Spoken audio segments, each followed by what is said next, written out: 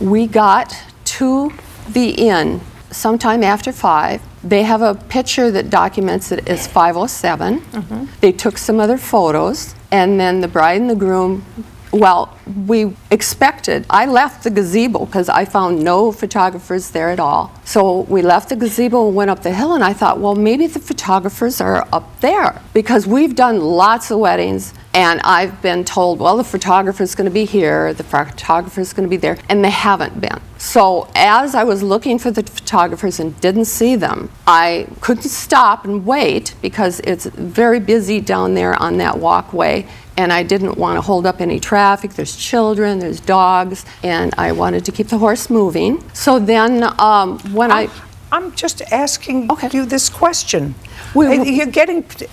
When you dropped off the bride and groom in front of the reception area, and where was that? The Lowell Inn in Stillwater, Minnesota. At the inn, did you say to them, you can have this carriage ride for another 25 minutes if you like? I was hoping that the photographers would come out, and then I figured the time would be used up with the photographers taking pictures there.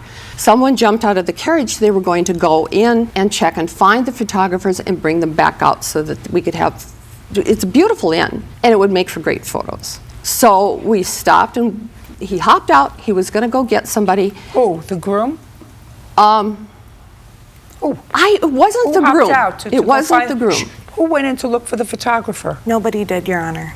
The only thing that happened was when we pulled up to the Lowell Inn, the reception hall, nobody was there.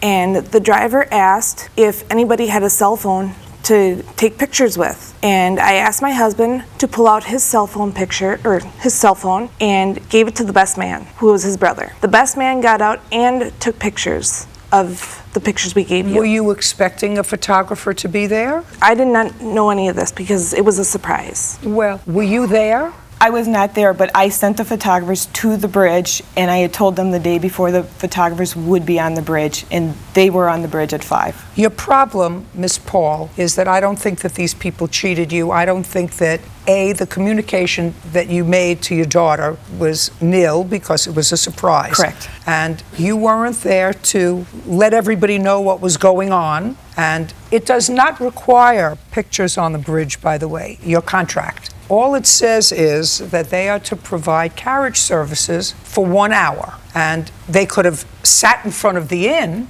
Did you go into the inn at some point? Yes. At what time did you go into the inn? 10 after 5, we went in. Okay, so then you left the carriage outside. Yes. So at 10 after 5, you went into the inn with now your husband. Yes. Well, what did you want them to do? With the ride, okay, so I had all of our guests up at Pioneer Park, and we started walking down to the inn, because again, it was just approximately 3 blocks away. I actually myself walked down to the inn. Her father, he drove down. None of us saw the carriage at all. It was gone.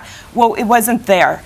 But they were supposed to get an hour ride and be delivered at 5:30. We had guests arriving at 5:10 to 5:30. It wasn't communicated to your daughter. She went inside. She left the carriage. She left. Her father could have said, listen, we have the carriage until 5:30. Let's wait until 5:30. Take some pictures. We'll find the photographer. Somebody should have been there to coordinate it. When the carriage left, I did tell the kids they had a 1-hour carriage ride. Put your feet up and relax. Well, that's just a second. Great.